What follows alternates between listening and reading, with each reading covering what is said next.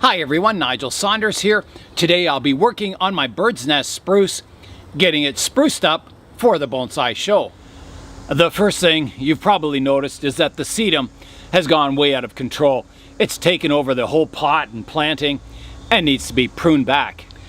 The lichen on the trunk here is getting very thick and I have to make a decision, do I leave that on or do I brush it off? What's more important, the bark texture or the lichen to make it look like an ancient tree? So I'll have to decide what to do with that. I didn't prune this tree in spring, I just let the shoots grow, and my intention was to come back in and then prune off the more vigorous shoots, you know, kind of midsummer to late summer. So I think that's a good time to do it now, so I'll be pruning the top of the tree also. Today I'll be preparing this tree for our club show, getting it show worthy here in the bonsai zone.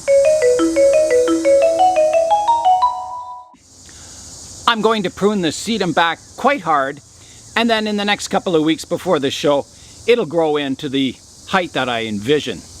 It's interesting to note that, like many succulents, in humid conditions they'll grow aerial roots, and hopefully you can see the aerial roots sticking out of the sedum right there. And there's lots of aerial roots in here that are growing down, and that's how they multiply, and these patches of sedum will get larger and larger in your garden over just a year. All right, I'll prune the sedum now, so here I go. I'll start at the edges and just cut away so I can see the edges of the pot. So this can make a good ground cover on a, you know, if you live in a dry, hot, desert type environment, you can grow sedum as a ground cover. If you don't water as much and keep it kind of in full sun, it'll grow quite small as a nice little ground cover. Oh, I see a little liverwort down here. There's some of the liverwort there. So it looks like I have some nice moss down below the sedum here, which is kind of a nice bonus. I'm not sure what kind of moss I'll get underneath here. It looks okay. It's not the greenest in the world, but it's got a couple of weeks to green up. Get some sunshine on it. Some good watering. There's a rock in there you can't see at all. I'll just pull this sedum out of the corner. Roots and all. I don't want it back there. Hopefully I got it all. I don't know. Sedum is fairly easy to control, as long as you keep at it. Obviously I didn't keep at it with this planting, but yeah, if you keep at it, it doesn't spread too quickly. It's one of those things, you know, a bit of pulling and a bit of pruning keeps it in good shape. So you can see this section back here is just a small clump, and then in the next couple of weeks it'll grow to a nice little bush. So I'll work away at this side now. A lot of long growth on this sedum. The moss on this side doesn't look quite as good. It must have been really shaded out. Yeah, there's a rock hidden in here. Yeah, I want to prune that back quite far. So I want to get rid of this moss here too, which is growing quite long. It's not just the sedum that grows long, and the moss grows quite long too. I'll prune the moss back a bit. It's getting a little long and it's getting a little brown on top, so I'll just prune that off and take good care of it over the next couple of weeks, and it should look nice and green for the show. I'll get the tweezers out now and pull out the liverwort. There are a lot of comments about liverwort, you know, why don't I keep it? And the reason is that it spreads and it makes the tree really difficult to water. Liverwort spreads out in little plates and it'll cover the entire surface of the soil eventually. And yeah, you can't get water. When you water from above, it just, you know, it runs off. The liverwort is sort of waterproof. If you keep watering it, you know, maybe 3 or 4 times, it starts to soak in through the liverwort, but makes it really difficult to water. So I just don't keep it on.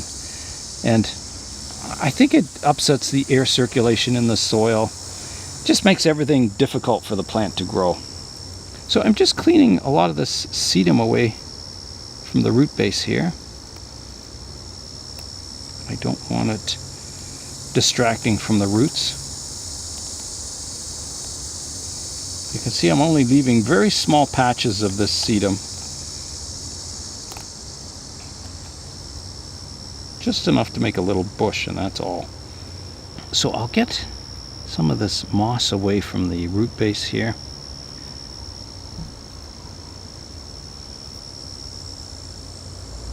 The root base on this tree is not what I'd call a nice typical radial root base, but I've tried to do my best over the years to slowly improve this root base with each repotting, and it's helping. It's you know, I think I need to get a brush in now and just brush the surface of the roots.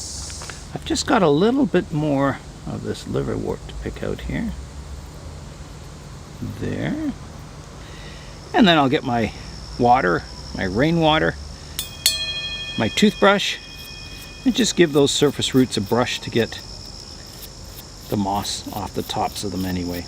I don't mind the moss growing between the roots, but I just don't want the bark texture of the roots covered up with moss. I was standing back looking at the overall design. I don't think I like this sedum growing out here on top of this little hill. I think I have enough moss here that I don't need the sedum. I've got 2 clumps of sedum here, and I think that's enough. I don't want anything in this area, so I'm going to pull that out. It's hard to pull all the root out, but you know, you pull as much as you can, and then a couple of days later, if you see some more coming up, you just pull that out too, and eventually you'll get it so it's totally gone. I can see a big thick root in here from the spruce tree. Okay, a little pruning of the moss here, just to get it away from the edge of the pot. Like that. Also on this side, I'll prune everything away from the lip of the pot so it looks nice and neat and tidy. It's like a picture frame. You don't want your, anything from your picture overhanging the picture frame. You want it, the frame is supposed to frame the planting, not be part of it. This moss here is kind of covering up the rock, so I'll prune that back. I'll just do some clipping. I'm stepping back now, having a look at the overall composition, especially the landscape compared to the tree. And I do like the little rock in there. It kind of echoes the shape of the trunk. So the trunk kind of arches above that rock. But I'm not sure about this mound of moss here. I think that takes away from the overall landscape. I think it would look better if it tapered from the peak of the rock down towards the edge of the pot. That would kind of bring your focus towards the tree more. Right now my eye kind of goes here and then it looks here. I think that's got to be diminished. My problem with removing that bump is that I have a lot of spruce roots growing in it. They've kind of grown out of the pot and up into this mound.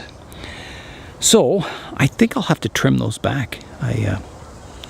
I don't want roots growing above the soil line there for sure. So I'll peel that moss off and try and get the root rake out and kind of scrape around in this section and see what I can do. All right, here I go. I'll try removing the moss first. Like that.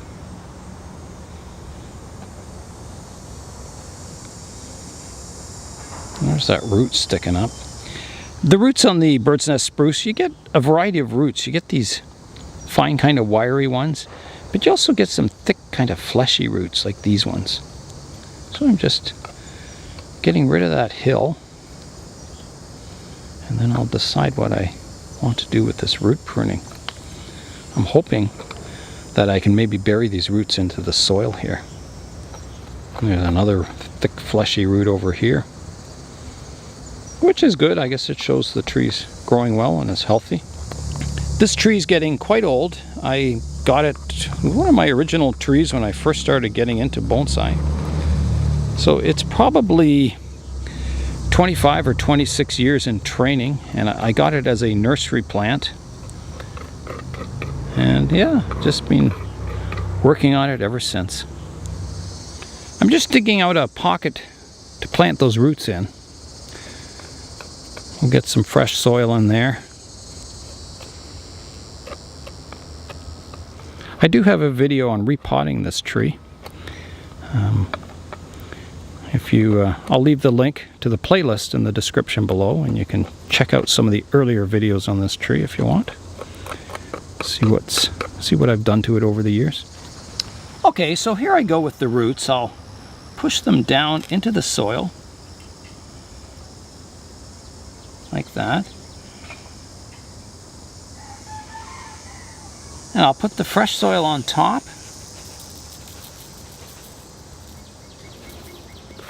Like that.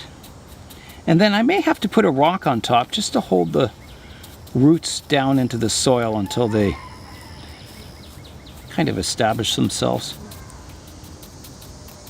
I don't want them popping back up out of the soil, so I'll see if I can find a little rock.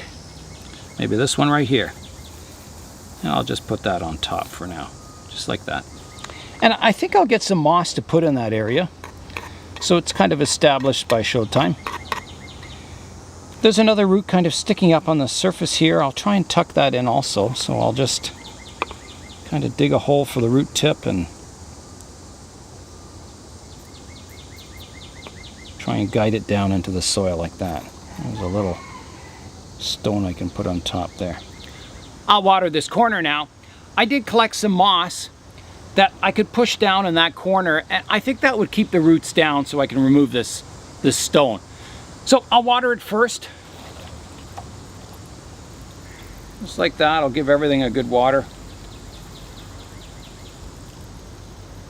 Pre-soak this lichen that I'll probably scrub off. That'll make it a little easier to take off. Okay, that's good and soaked. So now I'll push this moss down into the corner here. Yeah, it looks like the roots are staying down anyway. I didn't need that rock. But we'll get that moss in the corner here. Really nice moss. We've had quite a bit of rain lately, so the moss has improved a lot in the last 3 or 4 days. So I think I just need a little more out front here. The soil surface is a little low there. Just push a bit of moss in there. I keep having to change my camera settings because it's getting darker and darker outside, and it's supposed to rain. At least there's a chance of rain, and I'm thinking it's going to be a pretty good chance of rain because I think it's just starting to spit right now. So I'm just applying some of the moss. This is a nice fine moss. I'm just applying that around the tree. There's a heavy soil backing on the moss that I'm just rubbing off with my fingers. When you soak it, it becomes kind of like mud. And I think I need a little bit of moss in here. And I think I'll put some in at the base here, just to fill in that gap between the roots a little more. There was some nice moss there, but it just wasn't built up enough. I'm pretty sure in the last show I tried to make sort of a drier, rocky type landscape without a lot of moss. But, you know, this time we're going for a little more moss in here. I'll get some moss between all these rocks too. That always looks good when you kind of surround them rocks with moss and have the tops of the rocks poking through. I think it's all looking quite nice. Of course it'll look better once this moss starts growing. It's just a thin layer of moss. The moss wasn't very thick at all. I'm just picking out the perlite now. So yeah, as it thickens up a little bit, it'll look really good. I think just in time for the show. I find sometimes that shows there's a lot of people that don't really care much about the tree, but they like the moss. I really like to see at a show a tree that has really good moss on it, one that's someone's really done a good job. It just makes the tree look really awesome. And it just takes a bit of care. All those little details all add up to making a show tree look exceptional. It is definitely spitting with rain here, but I am proceeding. I think that's looking quite nice. I'll just give that a watering now.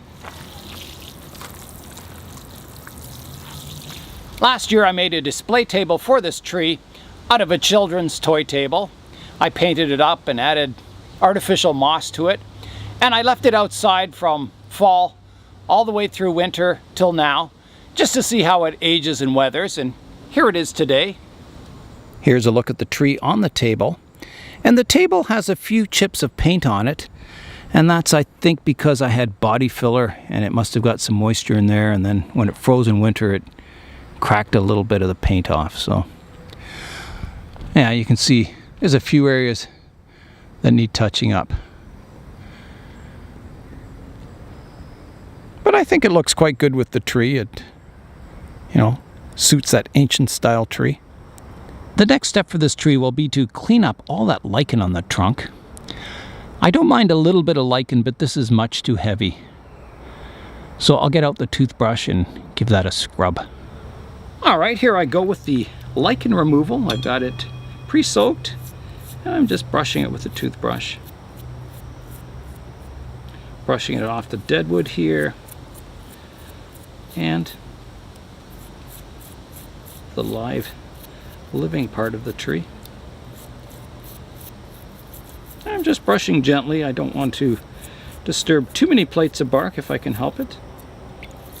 Bark's quite nice, miniature looking. So some people have asked me, am I going to preserve the dead part of this trunk or this tree? And I don't think I will. I view bonsai as a temporary piece of art, or a temporary moment in time. And right now it has deadwood on it, and if that rots away, it still has the living vein to support the tree. And I don't want to artificially preserve it. I just want to let it do its own thing. As that, you know, as that wood rots away slowly over the years, you know, it'll just always look natural. I find a lot of driftwood that's painted with the lime sulfur, it just starts to look unnatural and almost like it belongs in a museum of modern art rather than on a tree. Almost looks like a wood sculpture. So, you know, it can be done really nicely with the lime sulfur. I'm not saying that every tree with lime sulfur on it looks terrible, because I've seen some that look fantastic. It's just got to be done right. I think, you know, a combination of burning, lime sulfur, and some India ink to fill in all the little fine details. Some India ink to make it look so it's not like bleached white, so it has sort of a natural silvery appearance. I think that's what's missing in a lot of deadwood, is that silvery appearance that you see in nature. It looks more like a matte white, and I don't like that. I would rather the tree rot away naturally, and when it's gone, if it can't support itself, it's gone. You know, bonsai doesn't have to live for hundreds of years. It can be a temporary thing that you can photograph, and when it's done, it's done. I'm working away at the back of the tree now, getting the lichen off the bark. Just being careful. You'll always get some bark flaking off, but you know, that would naturally flake off in nature too if it gets too loose looking. So I don't mind scrubbing it with a toothbrush. Bark is something that's, you know, pretty hard to duplicate. The only thing that makes bark look truly great is, you know, an old tree. It gets a natural, fine looking miniature bark over the years, and Yeah, it's pretty hard to duplicate bark. Old bark generally means an old tree. I think that's the highlight of many of the trees, is to look at the bark on them and the trunk and just be amazed at the bark, how it's aged over the years. You know, sometimes your tree doesn't change much, but the bark does slowly change, and it gets better and better. There's some more deadwood here I'm just cleaning up. You can see how the bark's kind of wrapping around the deadwood. Looks really, really natural. I like that. When you're scrubbing the lichen off these deadwood branches, these branches are quite fine and brittle, so you have to be very careful. Support the branch with your hand. Be very careful brushing. Just do a little bit at a time. Don't put much pressure on it at all, or you might break the branch off. You can't always glue them back on if you were to break it off, but you know, I try not to do that. I haven't had to do that yet, but you know, if you did accidentally break your branch off, a deadwood branch, just keep that break in good condition and glue it back on. Because, you know, these trees can be damaged in shipping when you're taking them to bonsai shows. You know, maybe you had to hit the brakes or something and the tree slid up against another and it broke the branch off. You can always repair the deadwood. I'll continue up the trunk, removing the lichen, you know, as it gets up towards the canopy of the tree. Another thing you can do to your trees before a show is mark the front of the tree.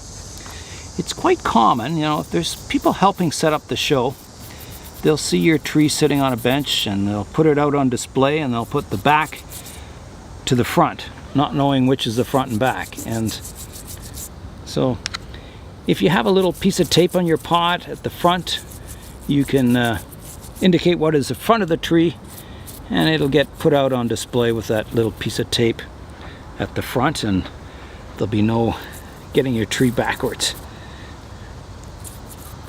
I've seen many a tree. I've seen it go through almost the whole show before the person noticed, hey, my tree's backwards. Just because they never got a chance to take a look at it, I guess. I do have one branch that's wired up here, and I was going to prune it off, and then I thought, well, if I just kind of reposition it a little, it'll be in front of the trunk line. I don't like when you can see the trunk line all the way up to the apex. I like to have one or two branches that kind of break up that trunk line. So I just repositioned this branch, moving it in front of the trunk line. So I think I can remove that wire now. It's a very soft piece of wire. It's only been on since spring. So just going to carefully unwind it. It's only kind of loosely put on there just to reposition the branch. So there, it's off now, and the branch held in the same place, so that's better. I'll probably leave a little bit of lichen on up in the canopy just to give it an indication of, you know, age, so it looks very ancient and covered in lichen up by the foliage, where it would, in nature, naturally you would collect a lot of moss and stuff in the canopy on the branches. So I'm not going to clean it out totally up top here. There's some starting to grow on the living branches here too. I'll need to get off. It doesn't affect the growth of the tree at all until it starts to cover up the foliage or the needles. And then, you know, you're losing light, and so you want to get any lichen that's growing out over the needles scrubbed off the tree. There's a look at some of that lichen growing on the branches there. So I'm just giving it a scrub, just getting rid of it. I don't want it growing up in the needles here. Nice peaceful afternoon here in the bonsai zone. Alright, I'll give that a rinse with the watering can. Oh, here I go. Rinse all that lichen away. Now it's looking better now. It's time now to prune up the canopy of the tree. getting it a little more triangular shaped, getting some of these long branches pruned back and just tidying up the structure of the tree. I'm stepping back now, having a look at the tree. So I've got kind of a combination of some drooping branches, some branches that kind of go horizontal and then they start to go up at the tips. I've got some branches that are quite long and out of the profile. So yeah, it needs a lot of cleaning up. So I'm just studying it, and you should study your trees very carefully before you start pruning them. Try and get an idea of what you want the tree to look like in the end. So I think I'll start on the right hand side. I've got some branches jutting out of the triangular profile. So I think I'll prune those back. They look good and healthy, those branches. So okay, so this is the side. I want it to be more triangular. There's a lot of buds forming all over these branches, so it shows they're good and healthy. So I'm going to start with almost a profile type pruning. The apex of my tree is right here, so I want everything to be sort of a triangular shape coming off of that. So bring this one back to here.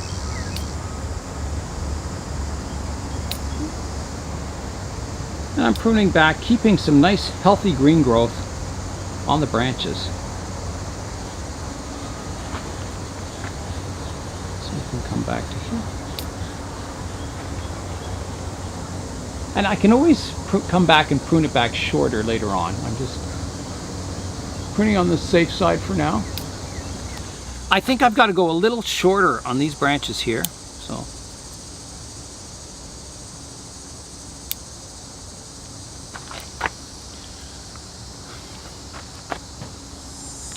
there's a branch that kind of comes up and curls in towards the center of the tree.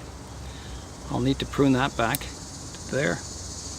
And now I'll start on this side. So I want, you know, a fairly sharp triangle on this side and a long triangle on this side. So, you know, things like this are jutting out of the profile. So I'll prune those back.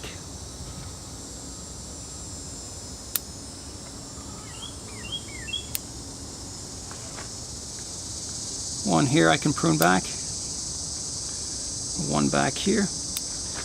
I don't mind the length of these branches, but they're getting a little long and they have no ramification. So I'll cut them back, and they're kind of growing uphill, which, you know, doesn't really match the style of the branch. So I'll prune the back. There's a set of buds in here I can prune back to. So right there, and I can go right back to here. So I'm not pruning a whole lot off. Another set of buds I can prune back to there. I'll just take the tip off this one.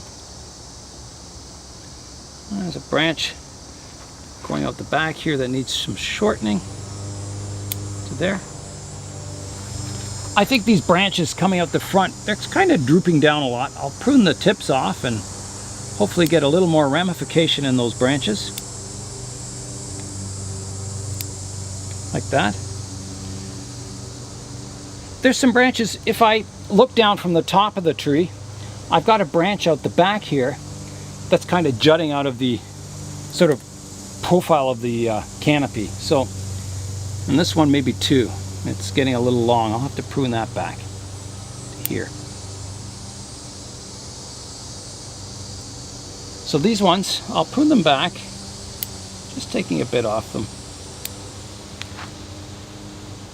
Kind of just shortening them back into the profile of the canopy. So, you know, it doesn't look like there's something jutting out. The pruning is going quite well on the canopy. I think the next thing, I've pruned all the branches kind of into the profile. The next step is to go in and look at the branches and see if there are any branches that need to be removed entirely. Ones that maybe aren't growing in a nice direction. Yeah, being selective with the branches. So I'll do that now. For the branch selection process, it's best to look straight down on the tree, and then you can see branches that are overlapping other branches, kind of crisscrossing. So there's one here, see this one? It's crisscrossing in front of this branch that's below it here. And it comes out 90 degrees from the this branch, so it's not very flowing or graceful. So there's a lot of branches coming out from the apex here, and for now it's fine. you know, there's a radial whorl of branches here, but it makes the canopy nice and compact up top here. So as maybe this tree grows in future, I'll have to thin out some of those branches, but I think I'll prune out this thickest branch here. It didn't look very good anyway, so there, it's gone. That cleans out the canopy a little more and gives some light to these lower branches. I'm going to prune this one back even further. It's kind of starting to overlap onto these lower branches, so just to give those lower branches a little more light there. Same with this one, I'll prune the tip off. And here too. And here. Actually, I'm going to take that whole branch off. It's growing from the top of this branch. So I'll just take that off, and that cleans out this area and gives a lot more light to these lower branches.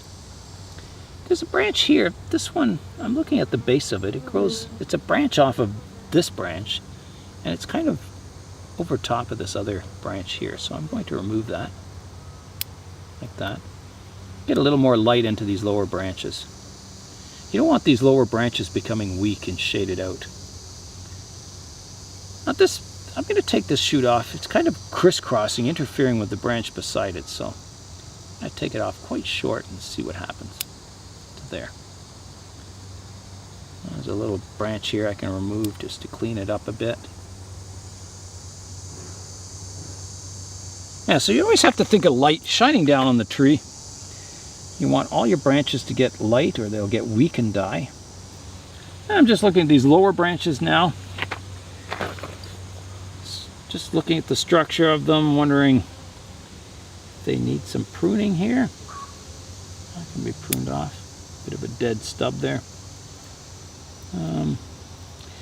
This one branch here, it's kind of growing towards the branch beside it, and I have a nicer branch coming out here, so I can remove this one totally, like that.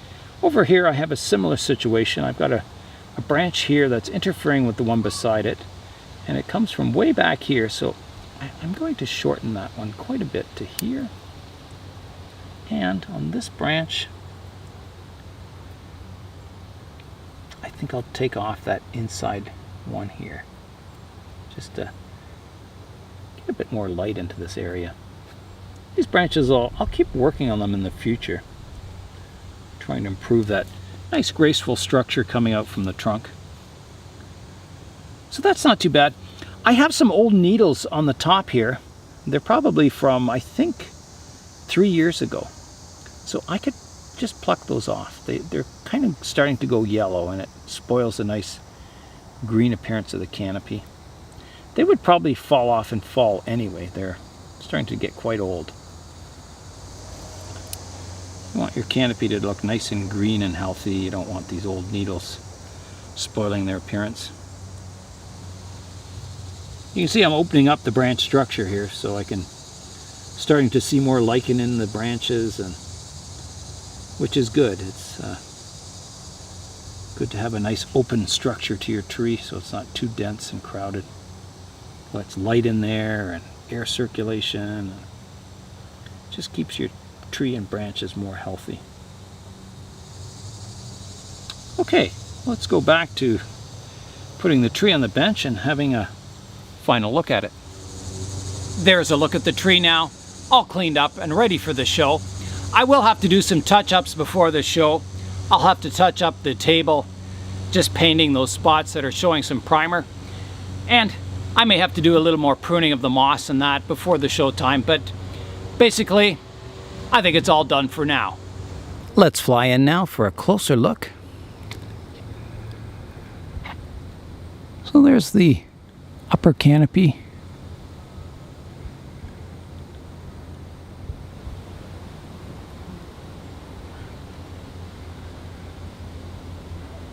I'll kind of show you above here.